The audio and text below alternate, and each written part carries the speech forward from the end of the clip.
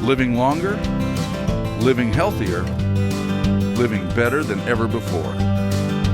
Welcome to Mountain Pacific's Healthy Living for Life, a weekly series that gives you the information, education, and expert insight you need to become an active participant in today's ever-changing healthcare climate. Here now is today's program host. America is in the midst of an opioid epidemic. Throughout the country, there are more than 100 opioid overdoses every day, shattering the lives of families, friends, and loved ones. Regardless of region, race, and education, opioid addiction can happen to anyone at practically any age. Today, we are going to talk about opioids, addiction, and how you should secure your medications. Welcome to Healthy Living for Life, a show dedicated to helping you do just that. I'm Beth Brown, your host. Stay tuned. Welcome back to Healthy Living for Life. Today we're talking about opioids, and our first guest is Michael Solomon. Michael used to be addicted to opioids and is here to share his story. Thanks so much for being here, Michael. We appreciate it. Thank you for having me. So can you talk about when you first started taking opioids? How did you get your hands on those? Well, unfortunately, my accessibility to opioids started right at home. You know, in my mom's medicine cabinet. She suffers from lupus and chronic pain, and they were there, and so I found them, and that's where it began. And why did you start taking opioids? What made you go after those medications? Well, all my life, I felt like there was an inner struggle. I had a lot of inner conflicts, anxieties, depression. I didn't feel like I was like anyone else.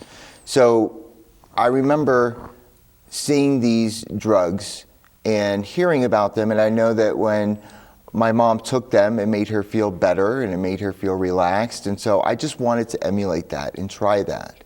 And once I did, I couldn't stop.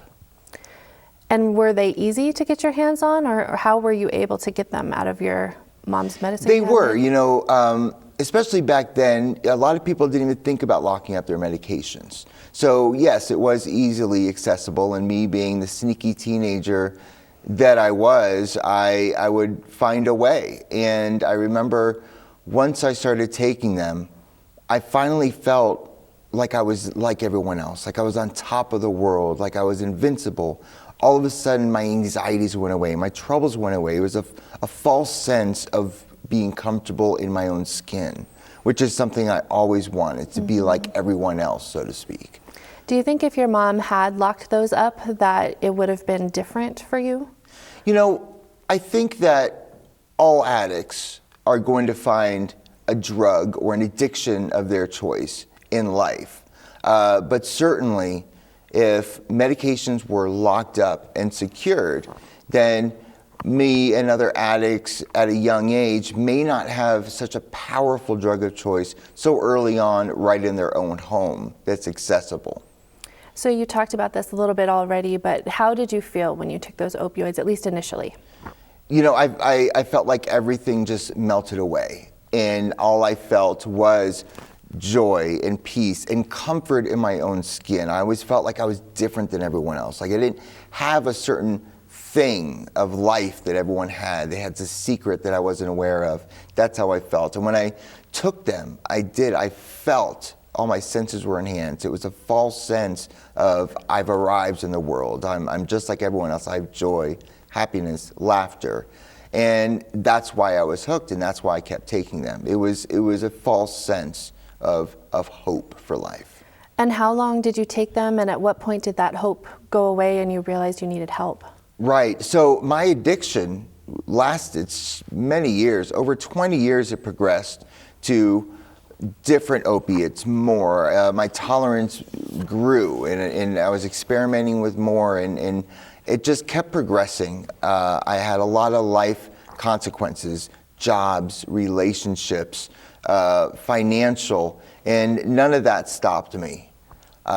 It actually wasn't until a defining point in my 40s, just a few years ago, when my mom was battling cancer. And I moved in with her to help her out. She was undergoing chemo and needed a lot of help. And, you know, it's very painful for me to think about, but you do horrible things when you're in the midst of addiction. And I remember stealing her pain pills when she was going into chemo, and there were times when I would walk into her room, sneak in her room in the middle of the night to get these pills, and I just remember taking one step in front of the other and screaming at myself, stop, don't do this, you're taking your mom's pain pills and she's suffering. And at that point I knew something's really bad. You're doing things that goes against all of your morals, all of your ethics. I mean, I was just crying inside. Why are you doing this? Why? It was definitely the point where I knew I had to get help. So then you did go get help. Can you talk Yes. a little bit about what your treatment was like? Well, I did get help. Fortunately, I was able to go to Rocky Mountain Treatment Center in Great Falls, and at first it was just so scary because, you know, those opioids became my best friend. They became my solution to problems in life. I never knew how to deal with inner conflicts, and so getting off of those, you know, taking my best friend away, so to speak, how am I going to live sober, you know, and deal with these things? And so what Rocky Mountain Treatment Center and other treatment centers do is make sure that you can physically detox off the drug, and then give you resources and tools and help you heal from the inside so that, you know, you can heal. You know, I became vulnerable, I became honest, I became raw, and it was scary, but it was an amazing process that I'm so glad I was able to have, because, you know, now I do live a life of hope and happiness, and everything I was searching for in those drugs, I now feel as a result of working a strong program and being in recovery. That is so great, Michael. Congratulations. Thank you. Thank you, Michael, for sharing your story. We'll pause here for a short break, but coming up next, any one of us could be prescribed an opioid. What is it about opioids that make them addictive? And what do you need to know to avoid the risk? We'll learn more about opioids after these messages. Don't go away. We'll be right back.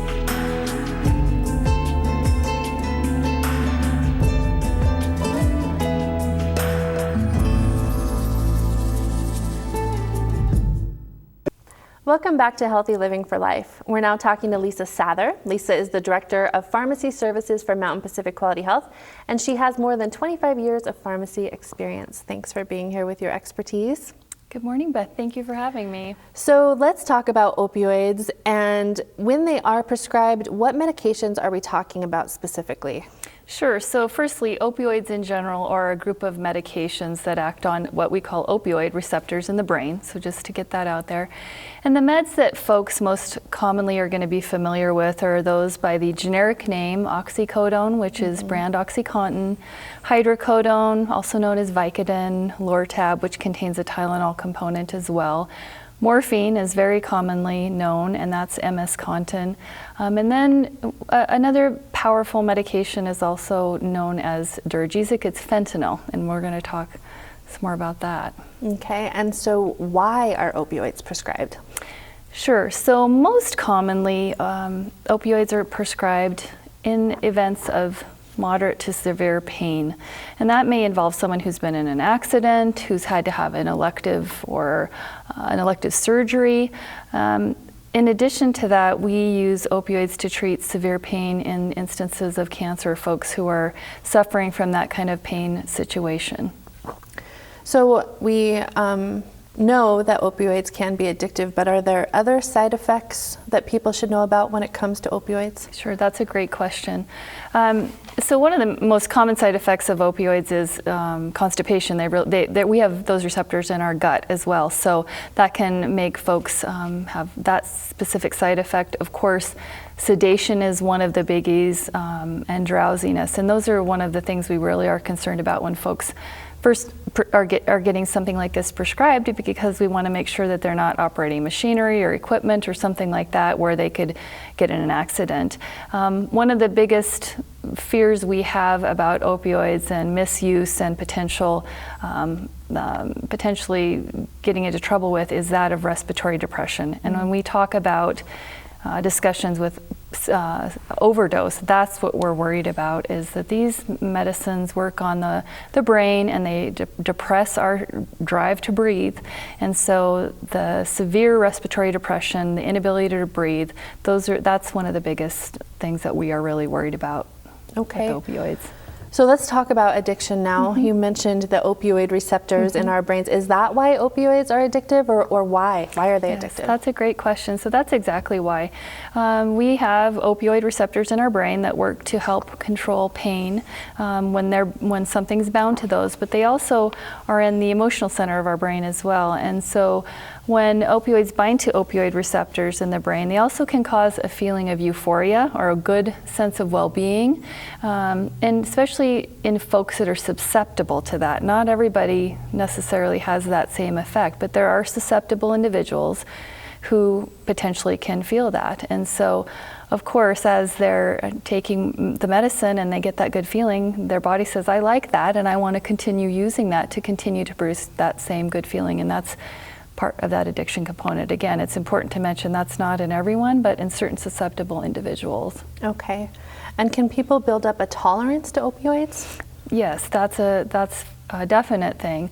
So tolerance is a situation where you have the opioids binding to receptors in the brain, and it's a complex chemical situation, but in a nutshell, basically, those receptors can become desensitized to having the opioid present in their brain all of the time. And so what happens is you end up having to take more and more of the medication in order to achieve the desired therapeutic effect. And tolerance will develop whether or not someone ends up having a substance use disorder or an addiction to something. It's just a physical phenomenon that happens when you take an opioid. Okay.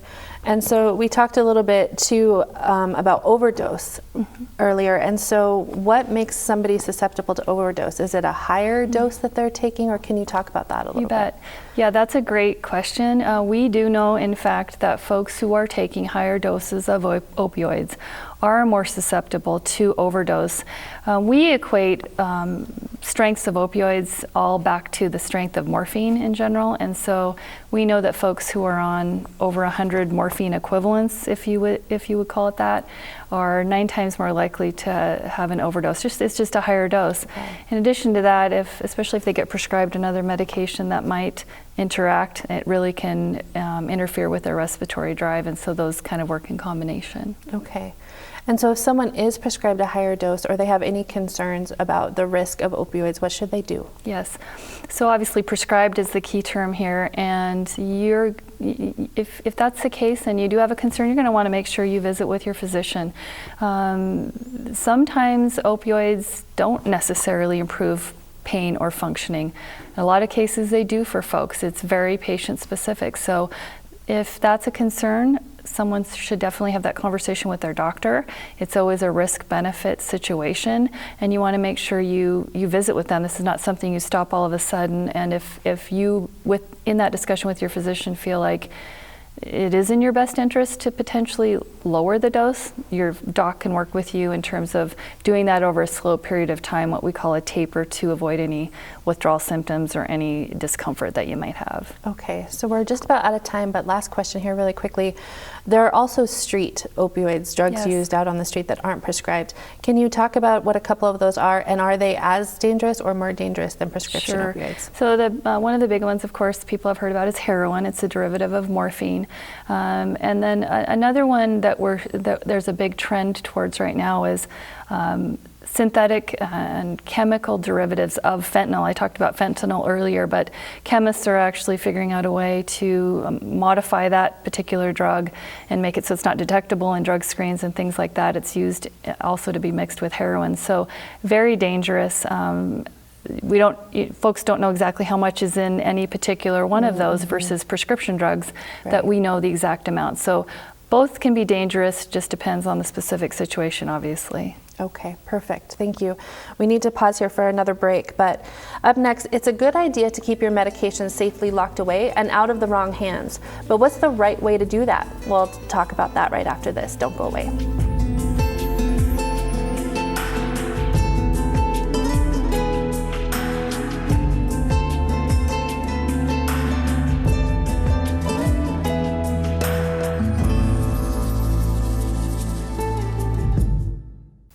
Welcome back to Healthy Living for Life. We're still here with Lisa Sather talking about opioids, so thanks for sticking around, Yes, Lisa. of course. So what is the number one thing people can do to make sure that their medications don't get into the wrong hands? Yes, that's a great topic I like to talk about. So it's really important to make sure that your medications are locked up. And by that I mean, if you have we're not talking about that for an antibiotic or something like this. We're talking about something that's a controlled substance, a narcotic that's used for pain, those kinds of things. You want to make sure they're locked up, and that means in a drawer that has a lock, in a safe that has a lock, or if you're done taking that medicine, you don't need it anymore for a specific condition, you want to make sure it's discarded of properly. An important statistic I like to let people know about is that 70% of people get their medication from either a family member or a friend, and it's usually for free. If we think about Michael's story from earlier too, mm-hmm. So that's a good example of that. So keep them locked up appropriately. So if somebody doesn't have something to lock them up in, hide them? Can we just tuck them away somewhere and so they won't be found? Nope, still not a great idea, Beth. Okay. We want to make sure they're locked up, and again, we want to make sure that they are discarded of, and discarded of properly if they're done with them. What if a person doesn't have children or teenagers, like in Michael's case, around? Is it still a good idea to lock up medications, and if so, why? It is. Here's a great example. I want to give you a personal story because this, I am obviously a pharmacist, so I should know better, and I had an injury and had some hydrocodone medication for that particular injury and hadn't yet discarded of it. And I was selling my house at the time and had my medications just in a drawer in the bathroom, and someone came through that open house I had on a certain day and helped themselves to going through a drawer when I wasn't in that room. And this is important because it really does happen in true life. I didn't think that was something that would happen to me. I should have properly disposed of those pills. I wasn't using those. Even if somebody has somebody doing work on their house, things like that. So it does happen, and we don't want those kinds of medications, getting into the wrong hands for sure. So you mentioned proper disposal a couple times down. Let's dive into that a Yes. little bit. If somebody has leftover medications or they've expired or whatever, what is the proper way to dispose of those? Sure. So a couple of different things. We're lucky here now. We have a lot of drug take-back locations in our states that are, since we've had such a huge problem with opioid overdose. So there are those locations listed. You can Google those and find out where those are at. If you don't have a drug take-back location that is close to you, the proper way to dispose of most medications then is to take the medication out of the bottle, put it into an undesirable substance like kitty litter or used coffee grounds in a baggie, and put that baggie in the trash. You then take your prescription bottle, darken out any of the writing on there, and throw the bottle in the trash. Now, an exception to that is if you don't have a drug take-back location, there are a few drugs that we absolutely don't want you to be handling or to be thrown in the trash. One of those we talked about earlier, and that's fentanyl. Fentanyl patches that are prescribed can be dangerous, and so those are a product that has to be actually flushed down the toilet, but that's just a specific example. There are other medications that, again, if you don't have a drug take-back location, need to be disposed of in the toilet, and your pharmacist can let you know that when you pick up prescriptions to make sure that we don't get those in the wrong hands, because a very small dose can be lethal to a small child. Okay. So for those folks who do find a take-back location, what's the process there? Do you have to give information when you drop off your medications, or how does that work? Yeah, that's a great question. So no, it's a completely anonymous situation. You basically just go to that location, bring all of your medications, and they'll dispose of them. There's no questions asked. It's just a great service. There's just been literally tons of medications returned via drug take-back days since that's been instituted, and I know Montana just hosted one here on April 27th, so that's a good deal. So you mentioned fentanyl being flushed down the toilet. It's okay to flush some medications down the toilet? That's a great question. So I think in the past there may have been, kind of some misconceptions potentially that those kind of medications would end up in our drinking water. And while it's true that if we were doing that routinely with a lot of medications, that could potentially happen, the FDA has really determined that there are certain medications that the risk benefit is definitely thought of in advance, and the risk to not flushing something like fentanyl down the toilet is much greater than if we did that, because the the amount that actually would show up in a water system or whatnot is very minimal. Again, the majority of medications can be disposed of safely just in the trash, like I mentioned earlier, but for that specific list, definitely has to be done that way. Okay. And so would you recommend somebody take an inventory of their medications every now and then, or when do you look for those medications that you should be getting rid of? Yeah, that's a great question. I absolutely think that's a great idea. For one thing, to inventory your meds, go through your medicine cabinet, make sure that if you have something that's a controlled substance that you've been prescribed for pain, typically that you either dispose of it or have it locked up. Also, a good thing you can do if you do have a controlled substance is you can have a prescription log that you keep track of, kind of a decreasing number of medication, number of units that are in that every time you use it. So you know how many are in there, so you can keep track of it. But again, if it's locked up, you should be good to go there. If you're not using it, make sure you dispose of it. Okay, perfect. Lisa, thanks so much. Great information Absolutely. And good advice. Appreciate your time, and I want to thank Michael also for sharing his powerful story. And thank you for tuning in this week. We hope you'll come back next week. In the meantime, stay fit, stay well, and stay healthy for life with Healthy Living for Life. Have a great week.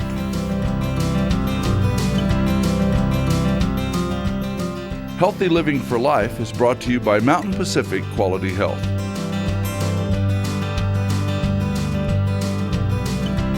We'd love to hear from you. If you have suggestions for future programs, visit our website at mpqhf.org or call us at 406-443-4020. You can also catch us on YouTube by visiting our website and clicking on the YouTube icon.